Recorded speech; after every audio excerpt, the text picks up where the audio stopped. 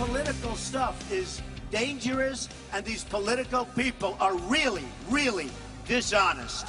Really dishonest. Still sore after finishing second in Iowa. Donald Trump is calling out caucus winner Ted Cruz by calling him a cheater. Second place in Iowa, not sitting well with Trump. Yeah, the frontrunner is still fuming tonight, even though he's favored to win the New Hampshire primary. KCAL 9 political reporter Dave Bryan shows us Trump's latest tirade. Dave? Fraud, stealing, dishonest cookies. We've got it all, folks. With only 6 days to go in the truncated New Hampshire primary, the heat of the campaign is melting the New England chill of winter. The latest blows were landed tonight in Arkansas, where Donald Trump raked Ted Cruz over the coals, charging that his campaign with voter fraud and demanding a revote in Iowa. Oh, that voter fraud. You know, these politicians are brutal. They're brutal.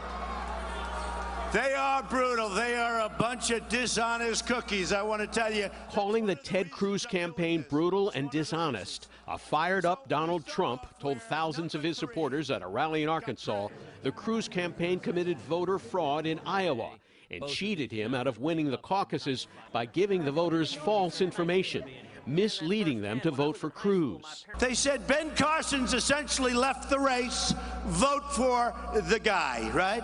And then he doesn't get the votes, Ben, but Ted gets the votes. This political stuff is dangerous, and these political people are really, really dishonest. Earlier, Trump went on a Twitter warpath, accusing Cruz of stealing the election and calling for a caucus revote. Senator Cruz had a few choice words of his own about Trump. It is no surprise that Donald is throwing yet another temper tantrum, or if you like, yet another Trumper tantrum. Look, we need a commander-in-chief, not a Twitterer-in-chief. We need someone with judgment and the temperament to keep this country safe. UCLA political science professor Lynn Vavreck has just returned from the Iowa caucuses. She says Trump must at least finish no lower than second in New Hampshire to demonstrate that his high-flying poll numbers are not an illusion. If he starts coming in third or, fourth lower down, then he really is going to have to explain why he's not getting the traction on the election days that he is getting in his rallies and in the polling. And a lot of that can be explained by people who are just curious, people who just want to tell a pollster, yeah, I'm voting for Donald Trump, just because he's brought the circus to town. The other Republicans are battling to join the top tier of candidates, and that means attacking Senator Marco Rubio, who ran a close third in Iowa. Marco Rubio came in third place in a caucus state, and we're all supposed to bow out. That is just absolutely absurd. The Rubio campaign is leaving its attacks to the TV ads. Two names from the past, tied to the past. And New Jersey Governor Chris Christie has now dismissed all the candidates but two in New Hampshire to challenge the leaders. This New Hampshire primary is now down to a choice between me and Marco Rubio, and everybody knows it. Only Ohio Governor John Kasich gave himself a possible pathway out of the campaign. If I get absolutely smoked up here, then I'll go home, but I don't think that's going to happen. The Democrats have a much smaller field now. Only Hillary Clinton and Bernie Sanders are left. But that hasn't reduced the pressure.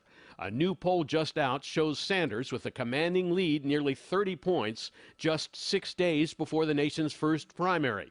At a town hall meeting in Derry, New Hampshire, Senator Sanders was asked about his charge that Hillary Clinton is a part-time progressive. You can't go and say you're a moderate on one day and be a progressive on the other day. Some of my best friends are moderates. I love moderates. But you can't be a moderate and a progressive. They are different. Sanders was referring to Clinton's statements like this in Ohio last year. I get accused of being kind of moderate and center. I plead guilty. At the New Hampshire town hall, Clinton said this about the Sanders charge.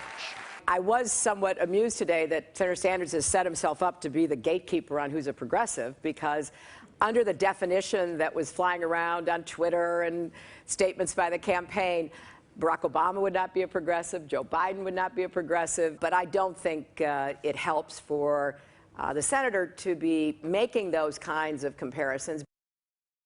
Now, two more candidates dropped out of the Republican race. Libertarian Rand Paul was once considered the hottest candidate in the race, but then the campaign started.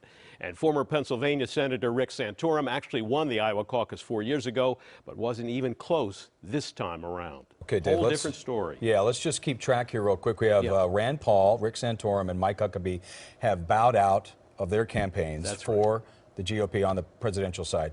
Will New Hampshire have any more casualties when it comes to the GOP?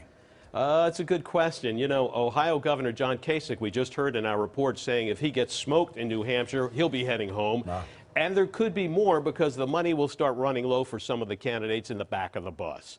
I carry this chart around with me, you know, checking out those numbers from the Washington Post. We just picked the four of the candidates at the top and the bottom of the list of how much it costs per vote for each of the Republican candidates in Iowa.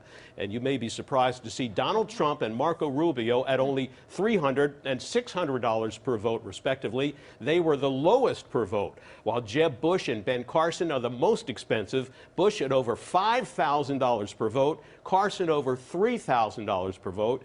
And that, my friends, is real money. Lena. All right, Dave, thank you.